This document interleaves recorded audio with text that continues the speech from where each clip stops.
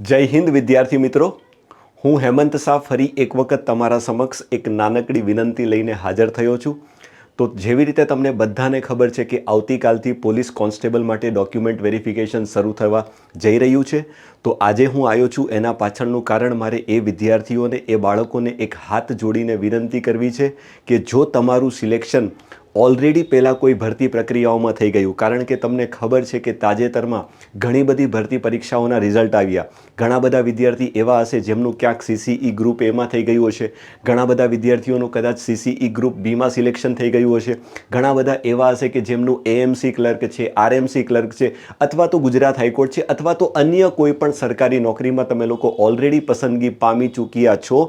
અને જો તમારું નામ પોલીસ કોન્સ્ટેબલના ડોક્યુમેન્ટ વેરિફિકેશનમાં આવ્યું છે તો મારી એ બધા વિદ્યાર્થીઓને બંને હાથ જોડીને એક નાનકડી વિનંતી છે કે બને તો ત્યાં સુધી તમે આ ભરતી પ્રક્રિયાના જે ડોક્યુમેન્ટ વેરિફિકેશનનો જે ફેઝ છે એનાથી થોડા દૂર રહેજો, એટલે કે ઓપ્ટ આઉટ કરજો.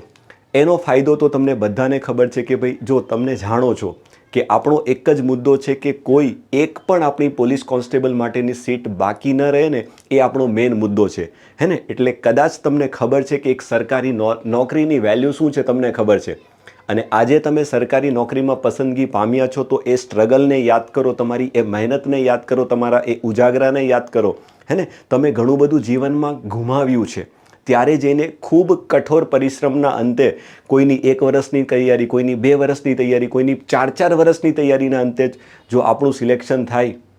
હવે એવા સંજોગોમાં તમે વિચારો, આપણી ઓલરેડી પસંદગી થઈ ગઈ હોય અને આપણે ડોક્યુમેન્ટ વેરિફિકેશન કરાવીને આવીએ અને પછી ત્યાં હાજર ન થઈએ અને એ એક સીટ બાકી રહી જાય તો કેટલું દુઃખ થાય કે તમારી એ એક સીટના ભોગે લિસ્ટમાં એક વિદ્યાર્થી રહી જાય ને તો તમને ખબર પડે કે સરકારી નોકરીની શું વેલ્યુ છે.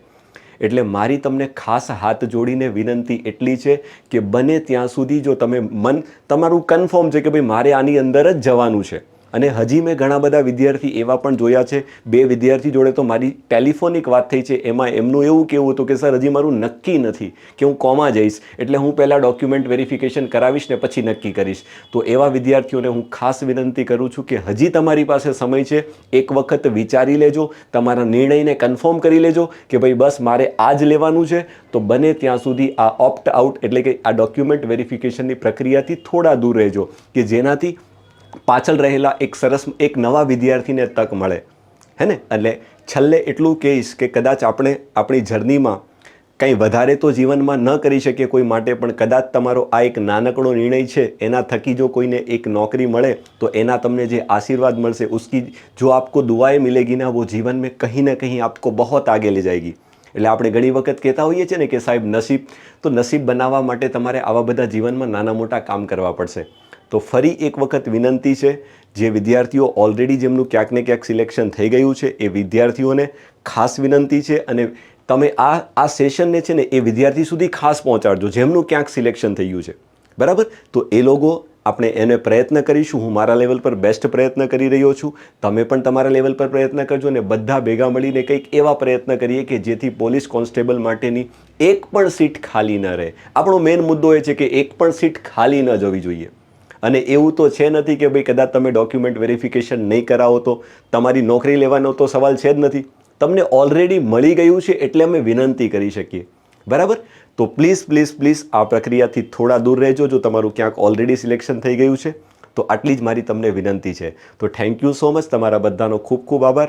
અને બીજું, તમને બધાને મારા તરફથી all the best of best wishes, કે ખૂબ જ જલ્દી ડોક્યુમેન્ટ વેરિફિકેશન તમારું થઈ જાય ને એક સરસ મજાની નોકરી મળી જાય, એવી બધાને મારા તરફથી ખૂબ ખૂબ શુભેચ્છા. Thank you. Have a nice day.